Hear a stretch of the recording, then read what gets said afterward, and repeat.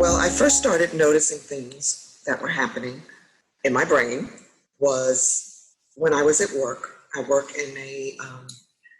as a consultant in pharmaceutical, and it's a very technical job. It's an IT job. It's a quality job.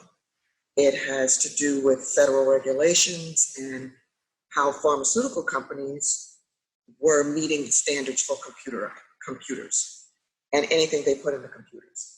And because it's so technical, um, it was really so subtle. There were very little things I was in meetings and I couldn't remember what someone said.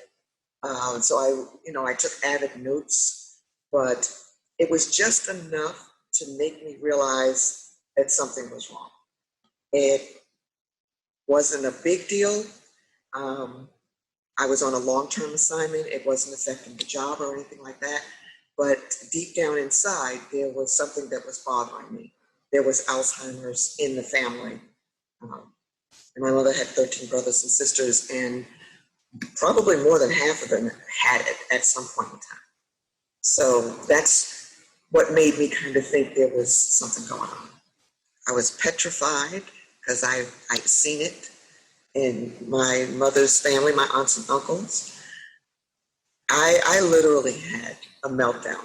I was just afraid. I knew there was no cure. They constantly tell you there's no cure. The good thing, though, for me was I was and still am kind of living life the way I always have, except for the short-term memory. I don't necessarily know what to do about the denial other than getting involved with more and more people to help them understand that, yes, I sound and act coherent and everything is okay and life is peachy, but I have issues with my memory. And that there's nothing wrong with that, because the sooner you admit it, the sooner you can get the medications that they say slow the disease down. And you can get involved in activities and share your experiences with other people that can possibly help other people. It's nothing to be afraid of. And even as I say that, I have issues saying that. I find myself sometimes embarrassed.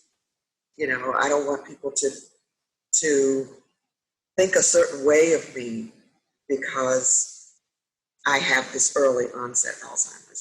I still remember my past. I still remember all my life, my children. I haven't gotten to that stage yet. But I am a full-blooded, green-eyed, light-skinned, good hair African American.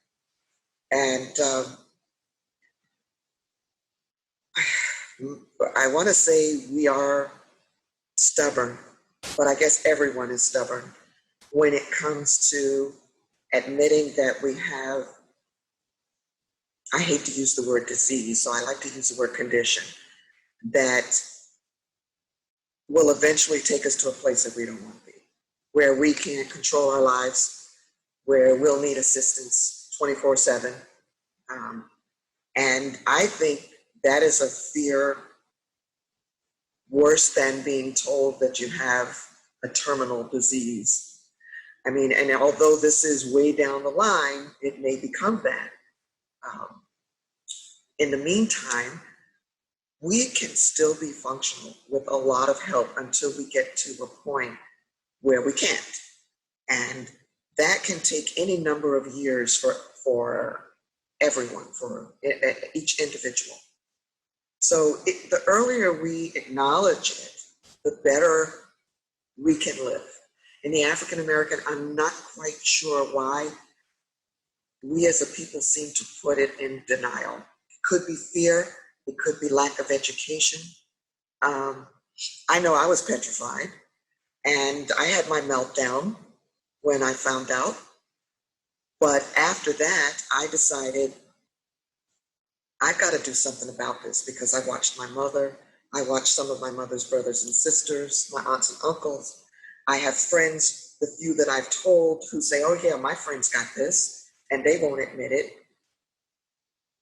There is no benefit to not admitting it. And that's what I need to get through to the African American community, because there's so many resources and so many things out there. If they don't know that there's even medication out there to slow the disease down, then the deterioration of your life is going to go a lot faster. I want to reach out to as many people as I can to show that I'm living life, and I'm going to live life to the fullest. Hey folks, thanks for watching.